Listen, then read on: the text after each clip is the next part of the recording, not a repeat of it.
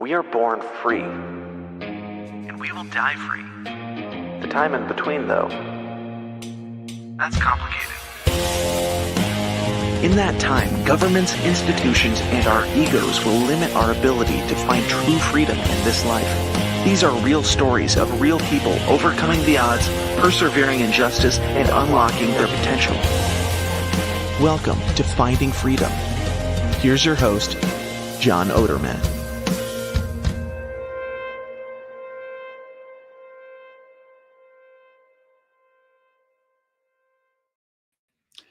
Hey, what's up, everybody? Welcome back to Finding Freedom here on the Lions of Liberty Podcast Network. Great to have you here for another live show as we're streaming live on YouTube and Twitter. Not on Rumble right now because I forgot to put it on Rumble. So I will get it up there after the fact. But of course, published audio everywhere, all the podcast apps. So please go listen, watch, subscribe, comment, support the show. Really do appreciate all of that. So thank you in advance. Got a good show for today. A fun show, interesting show, bringing back a friend of the show, someone who I promote a little bit on this show. If you're a longtime listener, you will, I think, recognize his name. So Stephen Fox is back on the show. Stephen's been on twice now, I think. Yeah. I think the last time we did like a more of a deep dive into the coffee business with Fox and Sons Coffee, which I promote here, where of course you can get 15% off and order $40 or more for a bag of coffee with using promo code John, JOHN, at checkout. So go ahead and buy some coffee. But Stephen, great to have you back on the show. Thanks, man. I really appreciate you having me on. And Stephen, one of the reasons why I wanted to have you back on, I like talking to you. That's one reason. But the main reason is you reached out to me recently on X, this group called Extreme Michigan, at Extreme Michigan, started going after you, going after your business, going after you personally. Both my businesses, not just one. They went after both of me. Both of your businesses. And, you know, from my perspective, when I see someone who's my friend, someone who was a good guy, someone who is a fellow Christian, and when I see them under attack, you know, I want to help out. How can I help to defend? So first off, what do you know about this group, Extreme Michigan, and tell us a little bit about, what they posted and what they did. So I don't know much about them at all. They're, of course, you can't find out who they actually are because they hide that. They just go through and they try to dox people, try to get people like canceled, hurt. It was so I was doing the morning show with Justin, and we were talking, and I pull up X, Twitter, whatever. I always call Twitter. Pull that up, and all of a sudden I see this post on there saying like Stephen Fox supports. So I work with you. I work with a lot of other podcasters. One's Old Glory Club, OGC, and it was like they're anti-Semitites and they're racist, and I'm like, and what's your point? Keep going, come on. So it was just use all the names. Yeah. Don't leave any out. They're Nazis too. And you forgot. Yeah, you definitely forgot Nazi on that one. But they, so they tagged me. They tagged Old Glory Club. There was an article written about Old Glory Club from, I forget the article, but it was one of those, one of the hit pieces that was written about them. And so they just attacked me. They attacked them because I support them and advertise on their podcast. They came after me as well. And just they tagged some local newspapers. Yeah, at first it was like, oh crap, like I'm screwed, I'm sunk. And I got some advice I'm in a group with a few other people on Twitter, and I showed them the screenshot. And I'm like, hey, I need, like, what would you guys do? And somebody said, don't respond, block them, don't respond. Just have as many people as you can report it. and see what happens. And so I did that, and it died. It died pretty quickly. I had the boys from OGC came out, and we had a lot of orders that day. It was a really amazing. It was one of our best online days ever. Oh, that's awesome. Because they're good men. They support the people that support them. And Pete went out there and said some stuff, and they went out there and told their followers, and like I just contacted everybody. I'm like, hey, can you please report the post as doxing and all this stuff. And of course nothing happened to them. Twitter's like, oh no, they're fine. Rules for thee, not for me, that kind of thing. Mm-hmm. Even though one of my accounts got busted for like just saying something stupid,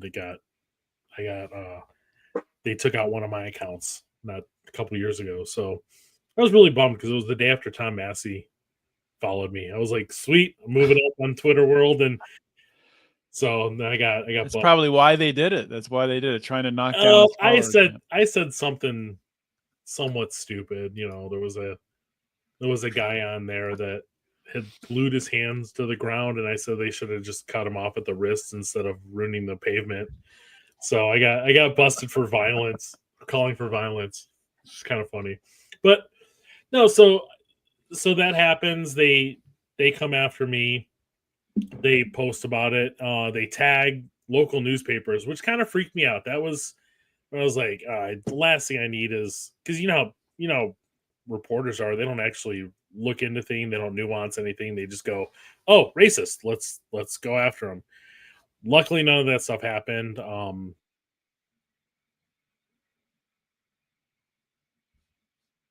Did you freeze up there, Steven? You still there? Looks like we're frozen on Steven's end, or it could be on my end. I don't know. If anyone's watching live, let me know. There we go. You back? Yeah. Yeah. Can you see me?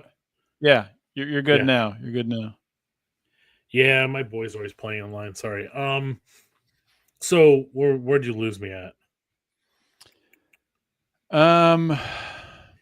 That's okay. I'll kind of start over. So I don't think you need to start over. I mean, no, I'm not starting over. I'll just go back a little bit. But so it actually worked out really well. I had a bunch of people would do some orders.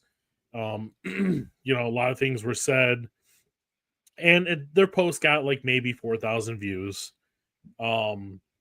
They tagged somebody who I used to work with, but forgot to take down the link off my website. So whatever.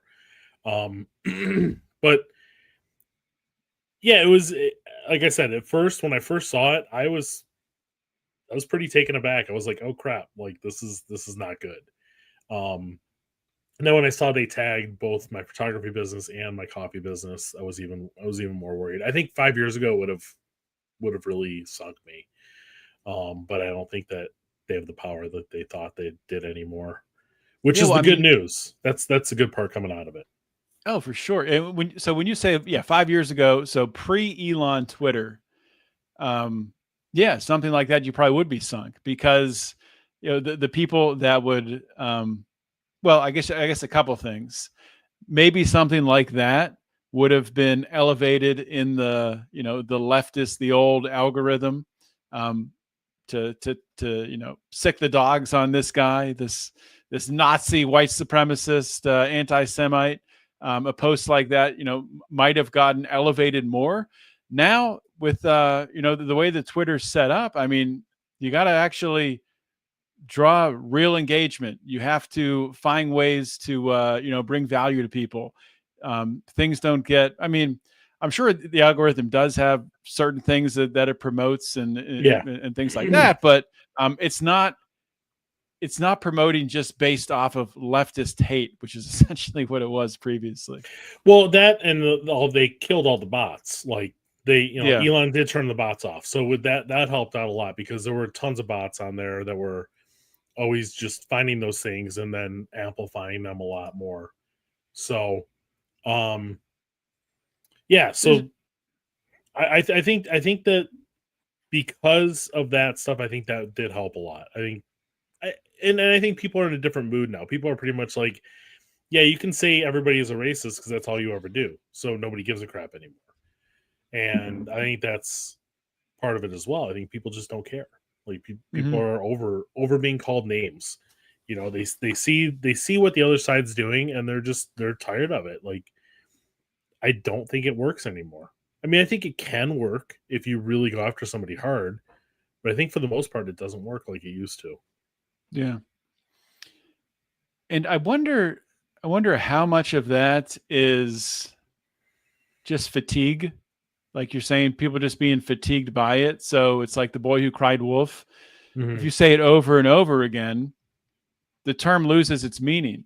Um, that's not to say that they're using this they're not calling actual racist, but you keep using these words, they lose their meaning. So maybe when you have someone who's actually racist and you use it, then it's not going to have meaning there either. So what they've Yeah, done is they've destroyed vocabulary essentially. yeah, yeah. They absolutely have it. They're to the point now where it just doesn't matter. You know, one of the things Justin said to me because I was on the show when it actually happened, it's like, Did you address it on the show? Did you talk well, about it then? I was like, hey, this, I put it in the private chat that it Mm-hmm. popped up, and Justin's like, lean into it. I'm like, no way, man, I'm not leaning into this. But it took me a minute to like kind of think about it, and I was like, yeah, actually, you do. You lean into it. You're like, fine, call me whatever you want to call me. I don't care anymore. You know, it doesn't affect me anymore.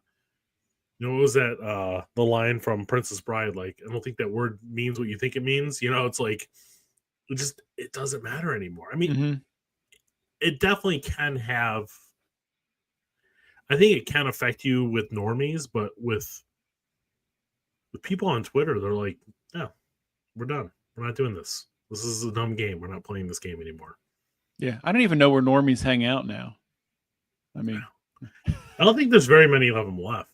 I think that's everybody's kind of true. polarized now. So One way or the other. yeah, Yeah. yeah. I mean, I just everybody's I just saw a post today, this morning on Twitter. I forget who posted it. It was one of these accounts where it was someone who used to be a Democrat, but then voted for Trump this last election. And they posted something like, if you have a story of a friend or family member who ended their friendship with you because you voted for Trump, share it below. And it was crazy. I was reading through it for like 5 minutes on all of these people, talking about 30-year-long friendships that were ended just because they voted for Trump in this last election. So yeah, it's very polarized right now, obviously, mm-hmm. and it's not improving. And we were talking about this on the Politics podcast on Friday, which if you're not subscribed to, you should. Myself, Brian McWilliams, Lou Perez, Brian Nichols, every other Friday. Check out the Politics podcast. But how this latest thing where Trump is, and it's being the media's reporting on it through the frame of Trump is going to try to change history, but what Trump is doing is going to these Smithsonians who get like 70% of their funding from the federal government and having them take out all of the woke bullshit. Yeah, And it's like, well, is this going to lead to really a run here where we go back and forth between left and right administrations and they just keep changing history, keep changing stuff, yeah, and it yeah, swings back and forth? yeah. I mean, that's going to happen for sure. I mean, because you're not going to have. I mean, it'd be nice to see Trump redistrict everywhere and only have Republicans in office. It'd be great, but it's not going to happen. Yeah. So you will see that. It will be interesting, and it's funny because you hear the NPR types and that stuff saying, "Oh, he's changing history." It's like, no, he's just pulling out the BS. It's not. Yeah. It's not bad. Yeah. So Yeah. I mean, we find out so many things, 20, 30 years later that, oh, wait, that history was wrong and the conspiracy theories were right. So people have this high view of the history that we've been taught growing up in public schools. And a lot of it's just bullshit. And yeah, I think the cool thing is, in like the white pill in all of this, one of the white pills, you look at the younger generations, like Gen Z, and I guess Gen Alpha is before that. mm-hmm.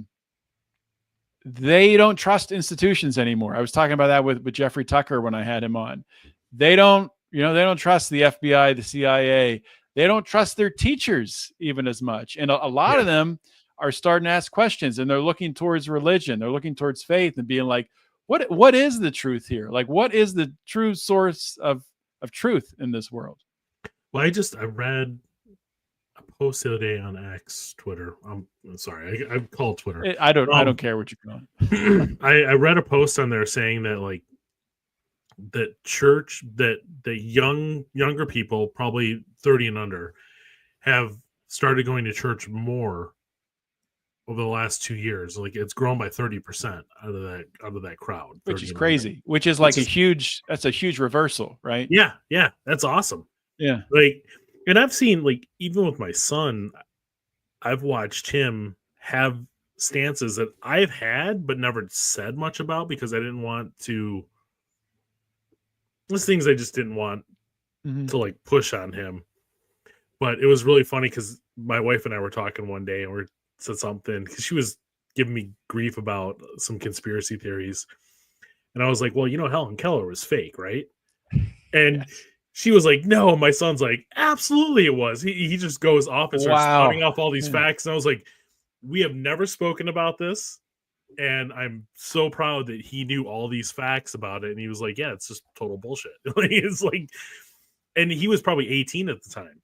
He was like, you're telling me this happened? Like this person actually did this? It's like, and I just sat back and let him go. And just totally, my wife just got the biggest, was it the biggest red pill ever? You're just like, what the hell? Yeah. The Helen Keller thing, it's like, there's like a timeline of waking up. First you start to learn about libertarian beliefs. You get into Ron Paul, and then maybe you become an anarchist, and then something happens where you realize, oh, wait a minute, this philosophy and all of this doesn't work, and then you start to question everything around you. And I mean, it's great for young kids to be getting to that point so quickly where you're questioning Helen Keller. And I'm just waiting for, like, they're still teaching this shit in school too. Yeah, dude, it didn't hit me until my 40s, like the Helen Keller thing. He's half my age. I'm so proud. I'm like, the kid's gonna be good. He's good. He's gonna be good. He's gonna be okay. So, what's the other one? Oh God, who's the black singer who's blind, who plays the piano? His name. What's up with that one? And it's fake. He's not really blind. It's all fake. Is it Ray Charles? Ray Charles. Yeah. That it's just an act. Oh, that's hilarious. That'd be funny. I would love to know that one. Yeah. That's hilarious. The Helen Keller one, like when you start even like looking into it more, and like she was like used as a political mouthpiece for the left, and what they had her saying. The whole thing was just a crock of shit. Yeah. And how do you listen to anything after that point? Like, again, that goes back to the beginning. Like, nobody believes you people anymore. Nobody believes you anymore. Nobody cares what you say. You call everybody a racist. You call everybody a anti-Semite, which I'm cool. You want to call me an anti-Semite? Okay, fine. I am. Call me one. It's like, look into some certain things and tell me the truth. On that one. Like, but it's like I just don't care what people call me anymore. I don't care if somebody calls me a name. I don't care if somebody says something bad about me online. It just doesn't matter. And until everybody gets to that point, and until everybody leans into it, like the biggest mistake anybody can make is try to apologize for it. Because apologizing for it only makes you look way more guilty. It only gets them the satisfaction they want. And it only brings in more of a problem for you. Like, how many times do you see these people, they're like, oh, I'm really sorry. I didn't mean to say this. I said this. It came out wrong. I didn't mean it this way. And it just snowballs into the fact where eventually it doesn't matter because they get canceled. There's very few people actually can step away from that and step out of it if they apologize. Like, you can't do it. It just doesn't work. It never works. Yeah, I think when it comes to apologizing, like I think you're onto something here. Just hear me out here. Yeah. So if you do something wrong, you mess up with your family, right? Or like in a Yeah. close relationship, sure, right? Apologize, right? That makes sense. But in like a forward facing, public facing view, apologizing for stuff, it just makes you look weak. And you look at Donald Trump, and the guy, I don't necessarily agree with everything that he does. The guy never apologizes for No. anything No. at all. He No. never backtracks. He never says, well, I wish I would have done this differently. Yeah. And, there's certain things you look at like, well, man, with Operation Warp Speed, it would probably be good if you just said something to the effect of, I was misled there by Fauci. And, these guys kind of, not he could word it in a way where it would look like they were doing things behind his back. He won't even do that. He won't even do that. Yeah. No, and he doesn't. And you got to give the man credit. You got to give him credit for that, because he will not and does not step away from even the mistakes he makes. He won't step away from. Mm-hmm. Now, I'm not sure. Correct me if I'm wrong. On the second campaign, I think the only thing he said was like he had brought in people that were wrong or bad on the first administration. Yeah, but I think, but that's as close as he came to an apology about anything. Yeah, but he'll follow it up and say something like but I fired him, Yeah, like which he's right. He did. He fired him.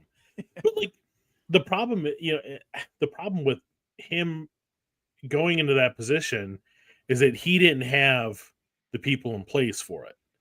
Mm-hmm. And so he got stuck with the swamp. He got stuck with the people that had been there forever.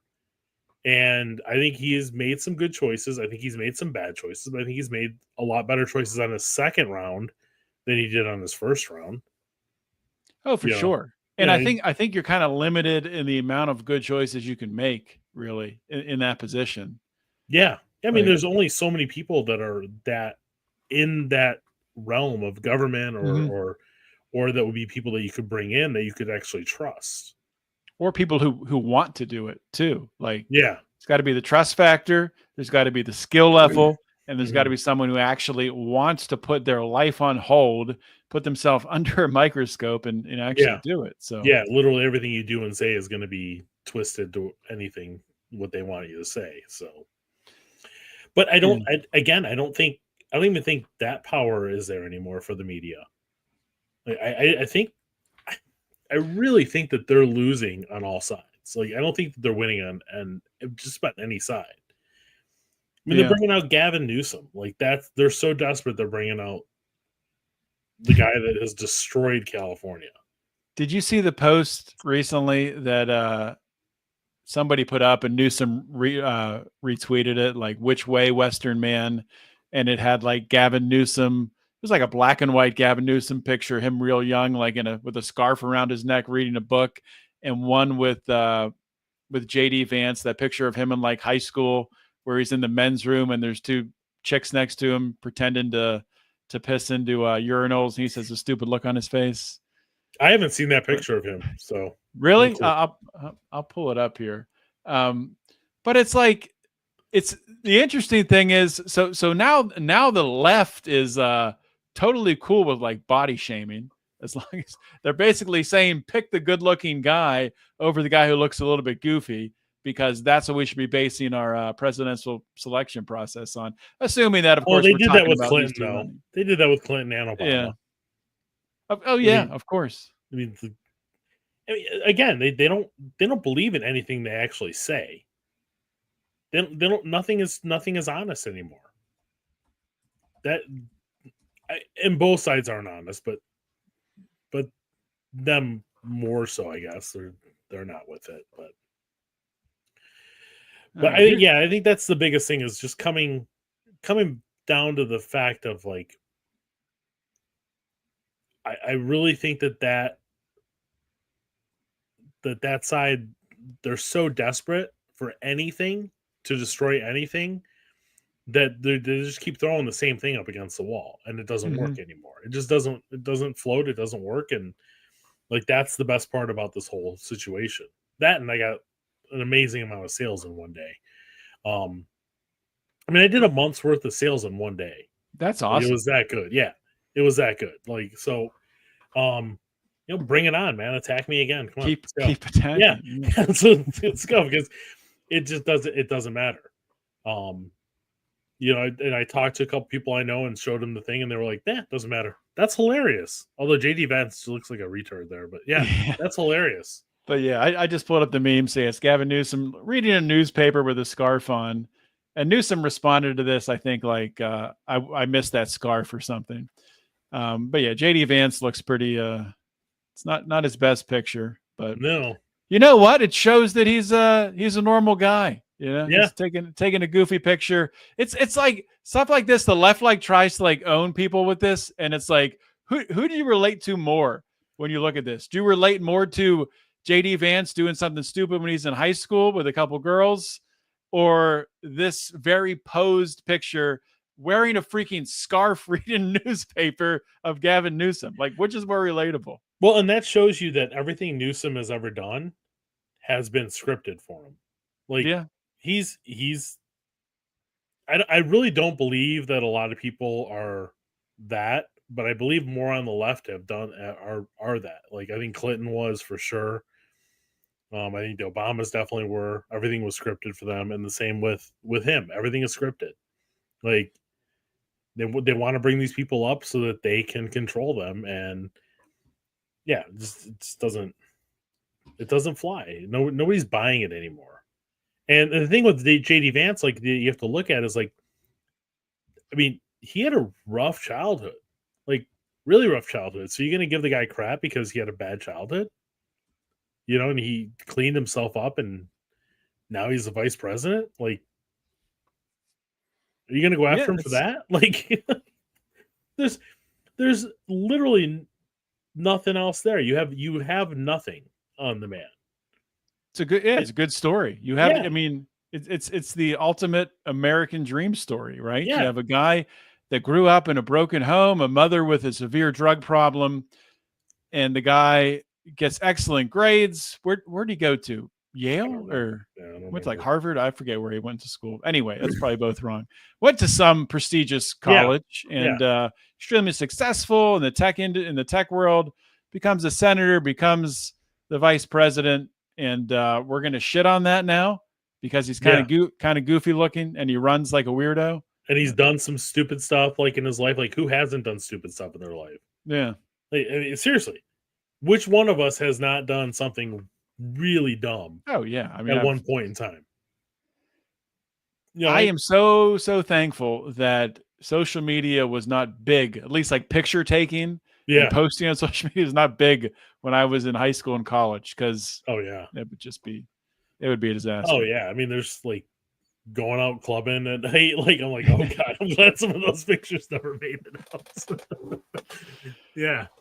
Yeah. It's just. But it's kind of interesting, like when you start to like think about that, like, okay, so like kids today, like when we went out, you're going to have fun with your friends, whatever. Um, all you really were thinking about was, I just want to have fun in that moment. Sure, you're doing some stupid things, Mhm. but now today, kids are like, okay, how is this going to look for my social media accounts? How am I going to go out with my friends, or the restaurant we go to, or the bar we go to? How are we going to make this look cool, look good, so we get more followers, to get more interaction? Mhm. So there's like that's not good. I mean, I don't think No, that no, it's that not is good. like a big part of decision making for, and not just the youth. I mean, it's everywhere now. Yeah. Well, it's funny because I discovered an account. I can't remember the guy's name on Facebook yesterday. My wife is gone for a couple days for a meeting at work, and so I was home just like scrolling Facebook yesterday, doing the thing that annoys the heck out of me when other people do it around me. And I discovered this guy who's like, he tells these stories of like people that basically either kill other people or do something stupid. And he tells a story about it, and he's big. I guess he's big on Facebook. I don't know, but anyways, and almost every single story is dealing with the person that commits the crime is doing it on social media, and that's how they catch them, or they're doing it and there's something on their social media that actually, and it's crazy that people are that addicted and that like they're so addicted to the attention on social media that they're posting crimes on there. Wow. Yeah. Like it's just it's mind blowing to me. Yeah, it's Yeah. just it's like how like I mean, I've really tried to cut back on my social media. In fact, I cut most of it until recently when I was like, I have to do some stuff for work, for posting stuff because hmm it's how you get more work. But it's like I am so just so over social media. I mean, I think Facebook is dead anyways, and so is Instagram. But I, it's just the only thing that interests me anymore is Twitter, and I don't even comment. I just read. I just read and I'll just laugh about stories. So it's like there's no point in commenting on it because people are just they're just dumb on there anyways. So yeah, Twitter's a good news source. But yeah, yeah, think about this perspective, because I've had this conversation with my my men's group Bible study last year, because everyone, and I don't necessarily disagree with you on social media being sort of most, I'm not going to say mostly a net negative, but for a lot of people a net negative because of the behaviors that it gets you into, scrolling and just wasting time and comparing yourself to others. Of course, yeah, I think that stuff can all be bad. But if you look at it from the perspective of, you could say that about a lot of stuff, a lot of different forms of media. yeah. Watching television, watching watching movies, garbage in, garbage out. Can focus you more on the world, chasing things in the world, rather than as a Christian focusing on God and trying to grow that relationship. Well, same thing with social media. Social media can be used to spread the gospel. I mean, you look at someone, like I don't know if you're familiar with Forrest Frank. No. He's a Christian musician now.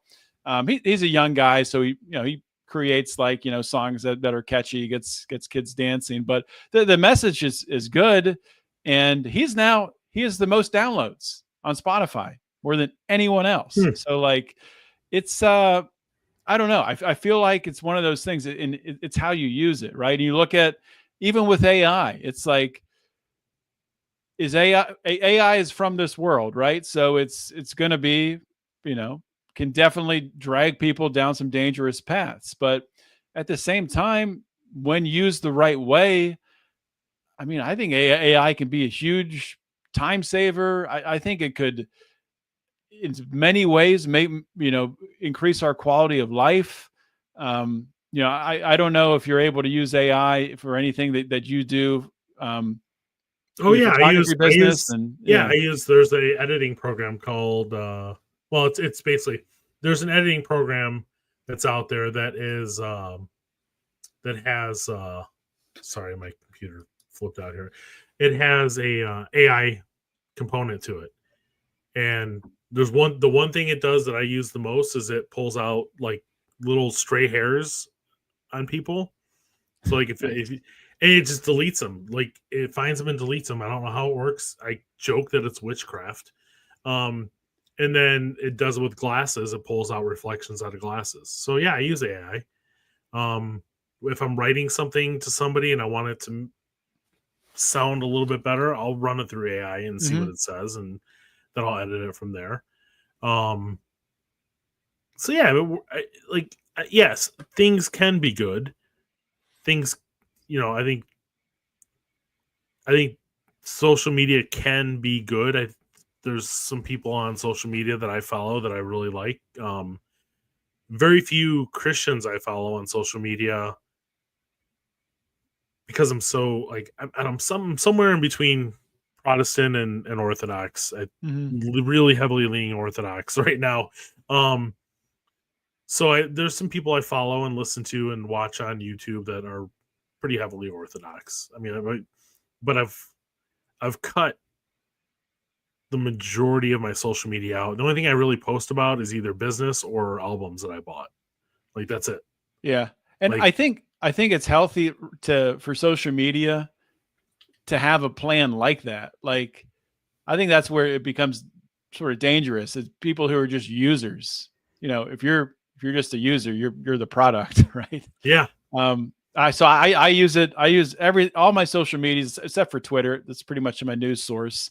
Yeah. But I use it, from a strategic business perspective, either to grow the podcast, other business ventures, to network for real estate, to network for Plexus. So I don't think there's anything wrong with that at all, to have a plan for it. Yeah. No, but it's the people that get caught up in it, and it's like, every once in a while I'll be scrolling and you'll see something from like the Whatever podcast, and it's just, you see these girls that just get sucked into this life, and then they're doing OnlyFans, they're doing all this stuff, and it's like, it's sad, it's painful, Yeah. It really, really sucks. Like it has destroyed so many people because people can't handle it. And it's the same with like, it's the same with alcohol. It's the same with movies. It's the same with like drugs. Like I think for the most part, there's things that are good about a lot of stuff. But I think if, what is that one scripture? It's like, things are permissible, but not always, I forget what it is. But anyways, just not allowing yourself to get caught up into those things is really, really important. Not allowing that stuff to just destroy you as a person. And it's hard. It's hard to be guarded about that stuff, especially like, I don't know about you, if you've seen the Facebook ads, just like everything has an ad on it now. You're watching a video, there's an ad at the bottom. Like everything's an ad. Well, I keep getting like, no idea why, but I keep getting ones for like women's underwear. I'm like, why the hell are these in my feed? Like, why is this in my feed? It makes no sense. Like, it's not like I'm like literally makes no sense, other than the fact that they know I'm a guy, and it's a way to push. It's a way to push you into that, like, to look at that stuff. Like, that'd be the only reason to do that. Mm-hmm. Yeah, that doesn't make any sense. It's like, because like, sometimes with your phone, like if you have your phone out and you're with your wife and she's talking about something, they can pick that up, and then you'll see an ad, about that. But I don't know. It's like the weirdest thing in the world. I don't understand that one. But you get the verse you were talking about, before I forget, I just looked it up. I think it's 1 Corinthians 10:23. Everything is permissible, not everything is beneficial. Everything is permissible, but not everything is constructive. Yeah. So I mean, it's like, and I know people that drink, and I'm like, cool, as long as you can handle it, that's fine. Like, that was something I couldn't handle anymore. It wasn't constructive to me. It wasn't something that was good for me to keep doing. So I quit. I stopped. And that's that's when you talk about repentance and repenting sin. Things like that, things that are detrimental, literally turning away from it. So if drinking is a problem for someone else, drugs are a problem for someone else, if pornography is a problem, turning away from that sin, actually actively blocking that website, if from your computer. I mean, and it's like, I'm proud of both my boys. They both had Instagram pages, and they both got rid of it because they said there's too much stuff on there. That's like, and I was like, super, super proud of them. So that was cool to see. Like, that was cool for me to see it from them. And then sorry, my son is texting me telling me that the internet wasn't slow. I'm like, yes, it was. I told him to get off the line. You don't know about the internet. The internet wasn't slow. So but you just, like, you have to pace yourself. You have to not do things that are going to be, that can get caught. You can get caught up in and get caught in other places. But something I want to say about like OGC and all this whole thing, I wanted to wrap up that part of a conversation with this.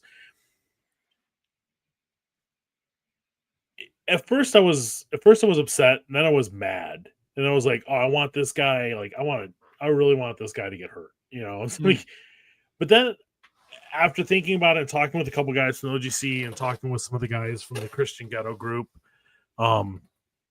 which is a great group if you don't follow them on Twitter, really good group. What's it, Christian The Ghetto? Christian Ghetto. I'll send you a link. I'll send it to you. After about a half hour of being frustrated and upset and going through that, I was like, I just stopped and was like, I'm going to pray for this guy. Like, I don't want to. Mm-hmm. I really want to hurt him, but I'm going to pray for him. It doesn't matter what I think. It just doesn't matter. This guy needs God. This guy really needs God. And he thinks I'm wrong. He thinks I hate this or I hate that, and I don't. But it's okay. I will take the time and I will stop what I'm doing and I will pray for this man. And as people were contacting, I had like 50, 60 people contact me that I never talked to before. Wow. And they're like, hey, is everything okay? Are you good? Do you need anything? Like the community really stepped up. Like it was amazing. And I was finally at first I was like, yeah, just block this guy, blah, blah, blah, say something, whatever. And I was like, guys, stop.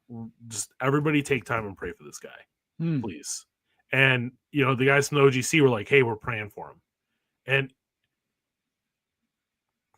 it really showed me I'm in the right place. I'm on the right side. I'm with the right people, because people are done. They're just done with it. And it's like, okay, we don't like you. We don't like what you did. We think you're wrong.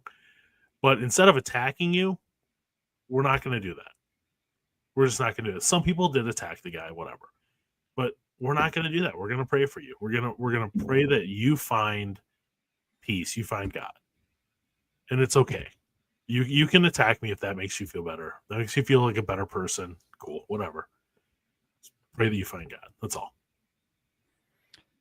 Yeah, so it's interesting. I titled this podcast, and I don't think I'm going to change the name because I think it still does make sense. I titled it "Fighting Back Against the Unhinged Left" with Stephen Fox. And my first thought is, well, maybe I should change it, because he's not really. It's not like there's a fighting back. It's not like it's go comment on their stuff and tell them they suck. But it is fighting back through prayer. It's spiritual warfare.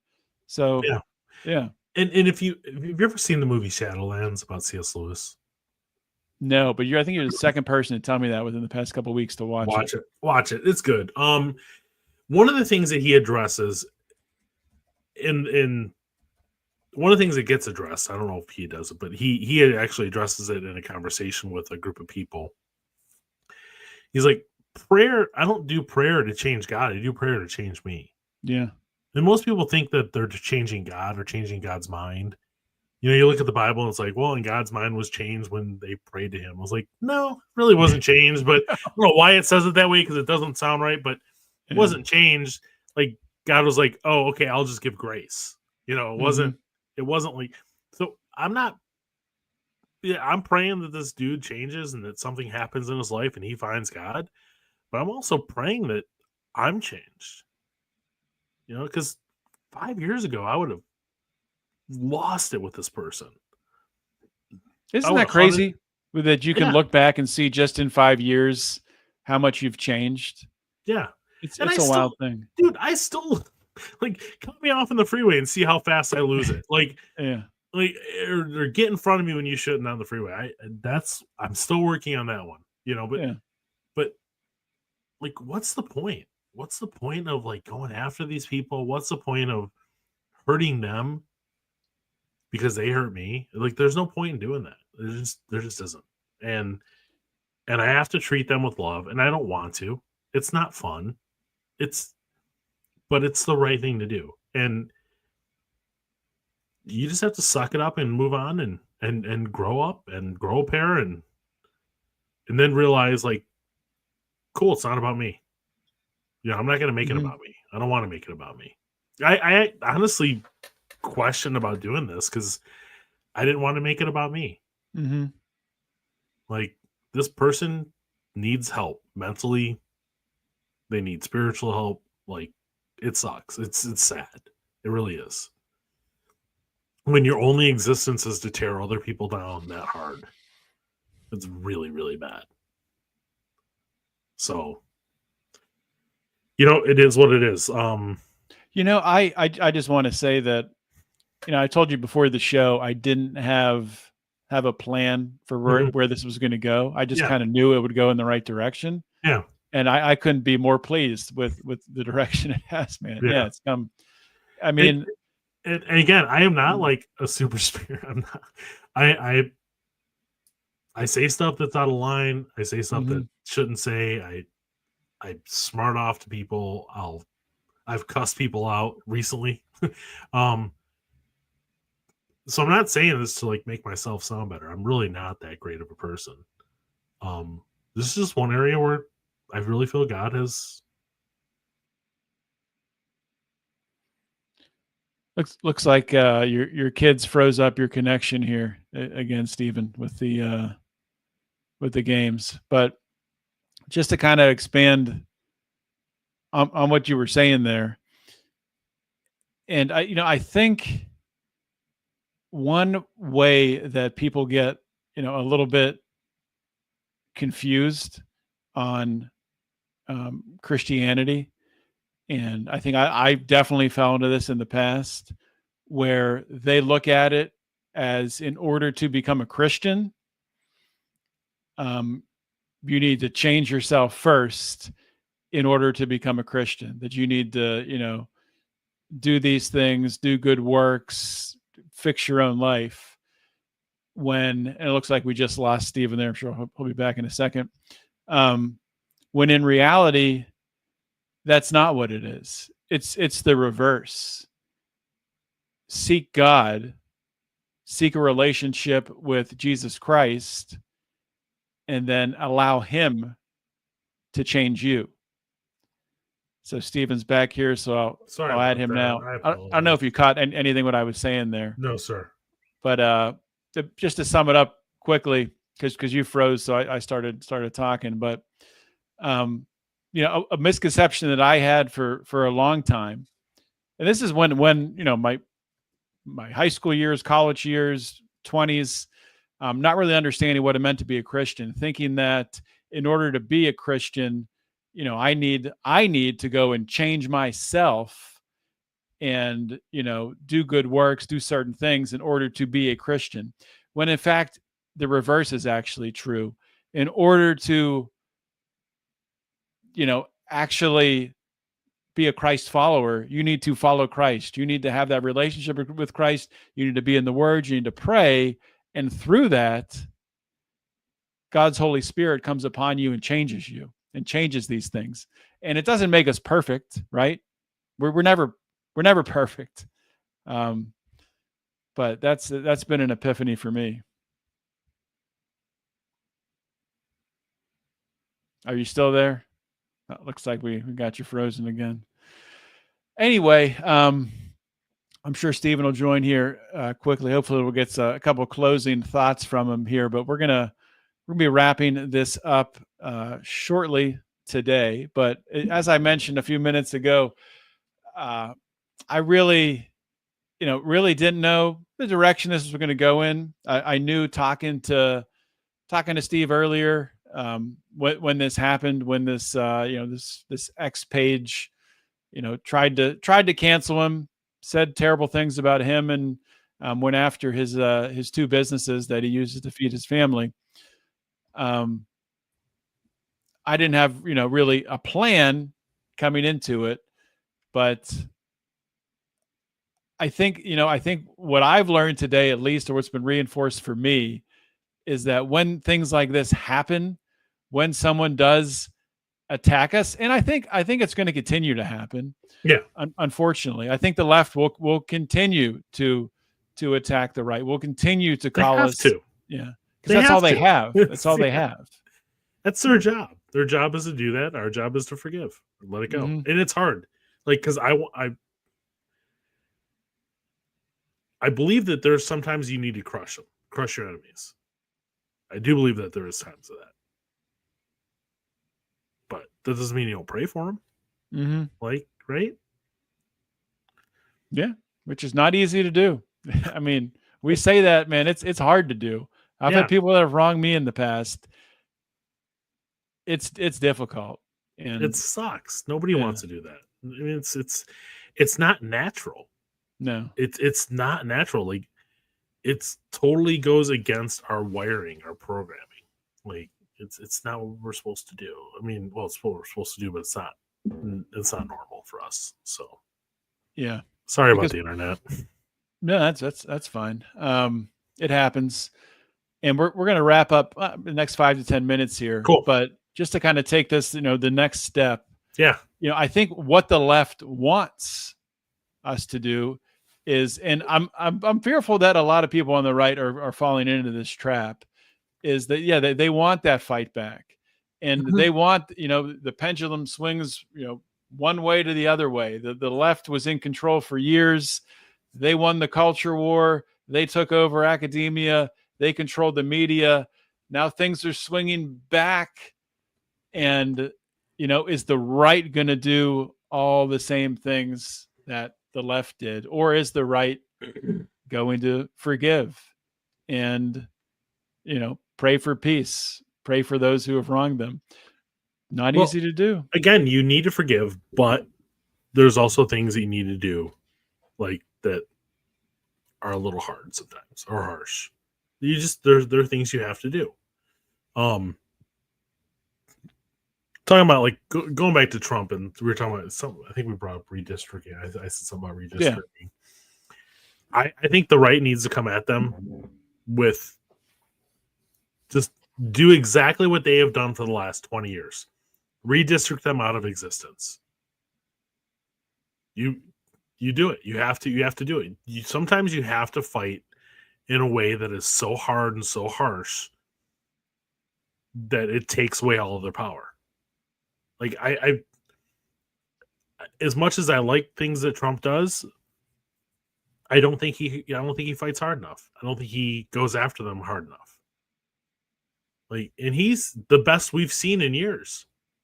And I don't think he goes after him hard enough at all. Yeah. And it stinks because we do need to pray for him, but we also there's some things that just need to be put down forever. Mm-hmm.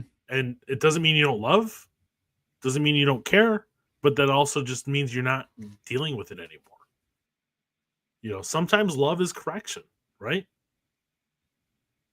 Sometimes you have Absolutely, to have hard correction. You have it with your kid, right? Mm-hmm. There's sometimes you have to have a hard correction. I'm not saying you beat the snot out of them, but there is a hard correction, and sometimes we have to do things that are a good correction. But yeah, you're right. They want to fight us. They want to see that fight. They crave it because I think that's the only way for them to see we're right. They're violent. They're violent. They're violent.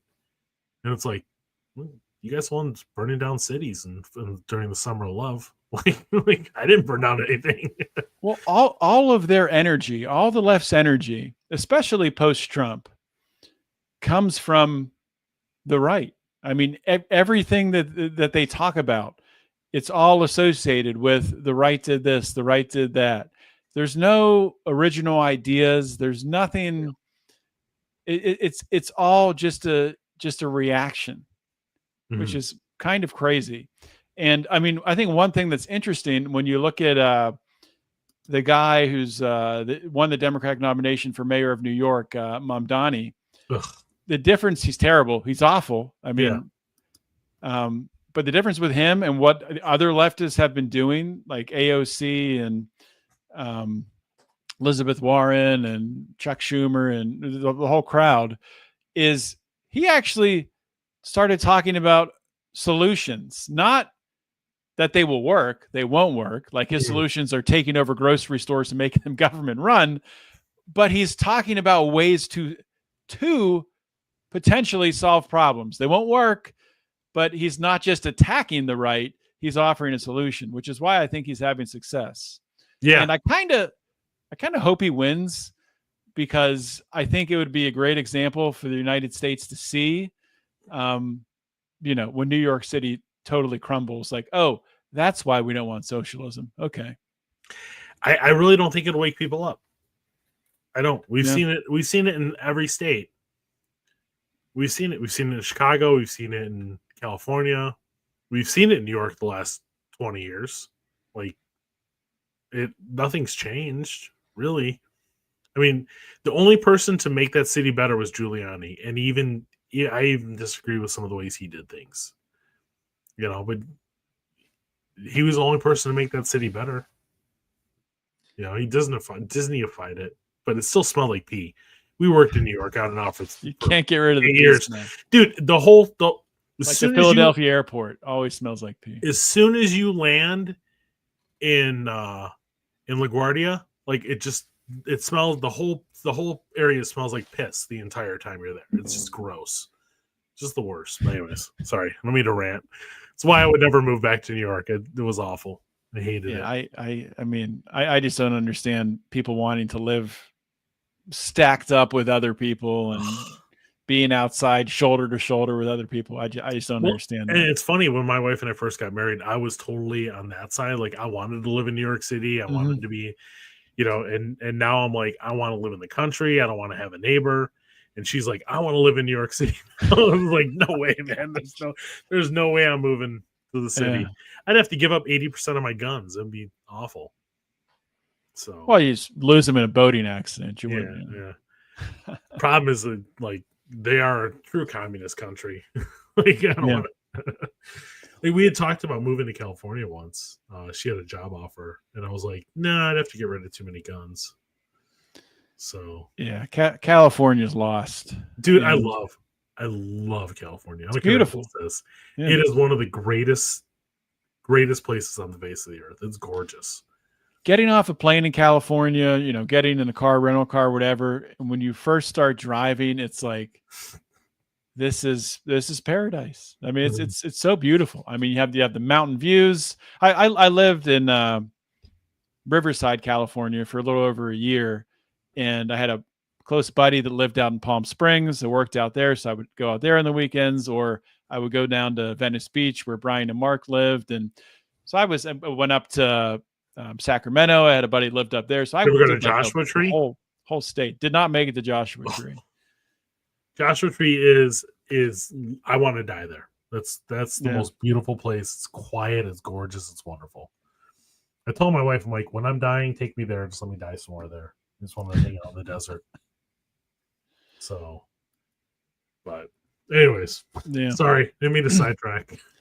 No, that should be the title of the podcast, sidetracked.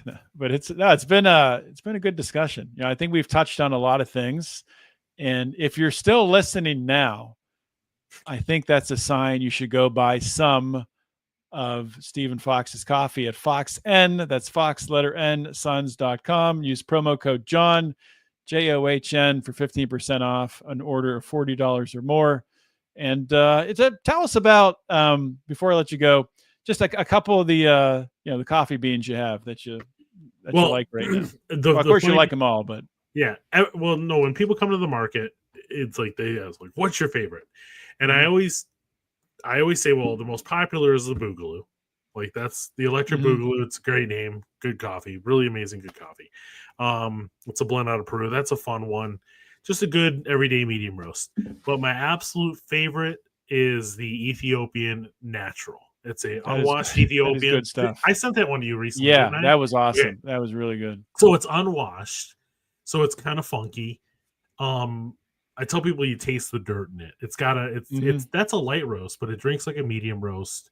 It has phenomenal umami flavors to it. It's just a really great coffee. It's probably, I would say, it's my favorite one that we've ever done. It made a really good cold brew too. Yeah, it's good cold brew. I drink it as a mocha pot, which is like a stovetop espresso. That's how I drink it, and that's my everyday. That's like, no matter what, that is my everyday coffee. Awesome. I love the espresso too, but that's my everyday one.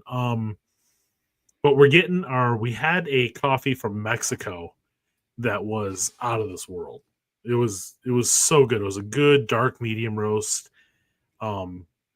And we just found out we're getting that one back again. So I'm excited to get that one back, because sometimes stuff will go away for a little while, but that one's coming back. So I'm really, really happy about that one. It should be up in about a month, somewhere around a month. So, but yeah, Have you had any impact from the tariffs on coffee pricing? We did raise our prices recently. We raised them about $1 a bag, dollar a pound, dollar a bag, whatever. Mm-hmm. But we've seen some from the tariffs. It's more supply and demand than it's tariffs. Mm-hmm. You know, if a 10% tariff is not a big deal. Like I can absorb 10%. I can't absorb when prices shoot up. But it's a lot of what's going on is Europe is buying a lot more coffee than it used to, and so is Asia. So it's just driving the prices up. So Interesting. it's the the good old supply and demand thing that everybody on the libertarian side loves to talk about, but it actually does screw everything up at the same time. Yeah, because the production isn't there, right? It's been built. You know, Europe typically was more tea drinking. Now they're switching to more coffee. Yeah. Well, and look at the demographic of people that are moving into Europe or being imported without, papers. So you see that happening, and then people are like, oh, I wonder why this is happening. Well, you have people from all over the world being dumped off there Mm-hmm. and trying to muddy the waters a bit, and so they're drinking more coffee in that area now. So you're seeing the consumption go up. Yeah. So when the consumption goes up, and it doesn't matter, like it starts at the lower end, but it drives all the prices up. So we're all seeing it. So because our stuff is not the low end. I mean, though, I think our prices are fair. They're not cheap, but your prices are definitely fair. Yeah. Because I know a little bit about the coffee game and know how difficult it is. With the pricing. Yeah. I mean, we make maybe $2 a bag. Mm-hmm. Like that's it. Like, so there's not a lot of profit in it. It's not a huge profit margin. It's a volume issue. Yeah. So, but yeah, anyway, so yeah, I think our prices are fair. I think we do a good job for what we're doing. And like I said, everything we do is organic. It's all clean coffee. It's not been sitting in warehouses for years on end. It's not garbage. Mm-hmm. So I'm really proud of what we do. I think we have a great product, and I think that it shows, and you can taste it. And yeah, and I mean, just to go to the like not sitting on a shelf thing, like buying people who buy or I guess people who go into grocery stores and pick it off a shelf.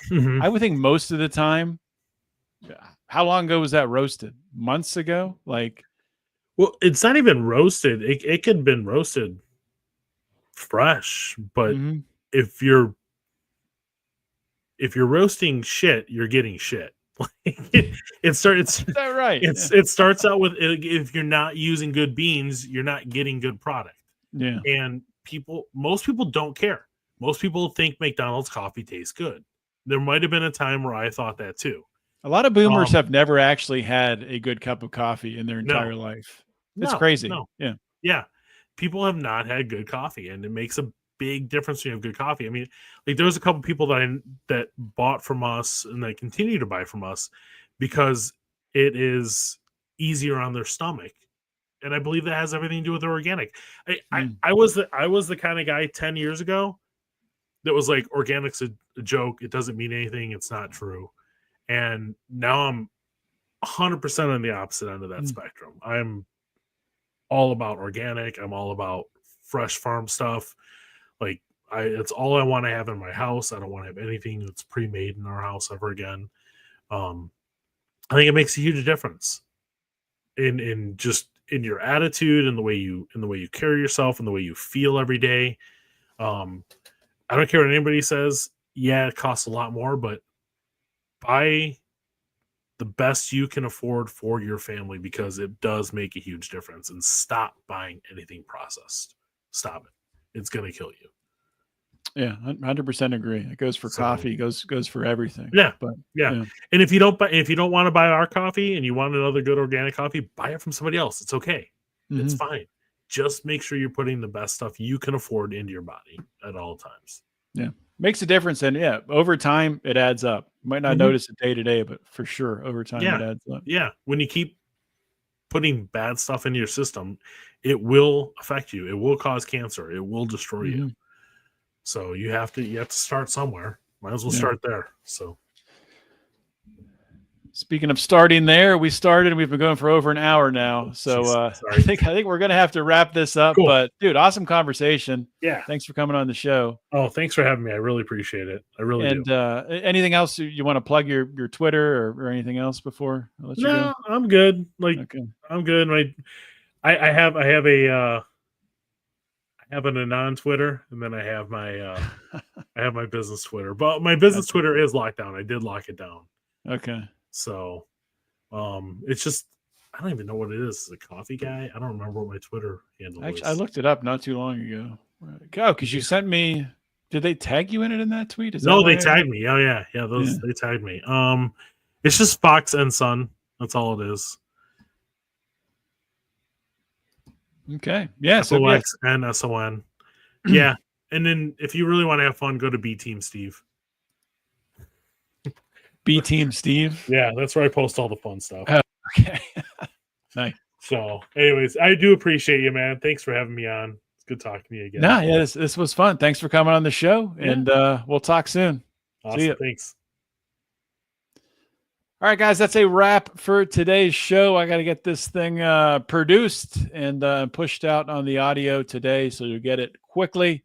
But if you like this show, if you like any of our shows on Lions of Liberty, please do subscribe. And if you're a fan of our new politics podcast, which I can tell by the numbers, a lot of you are, it would greatly help us if you subscribe also to our solo feed for the politics podcast. Just search politics with ticks spelled like the blood-sucking insect, Ticks,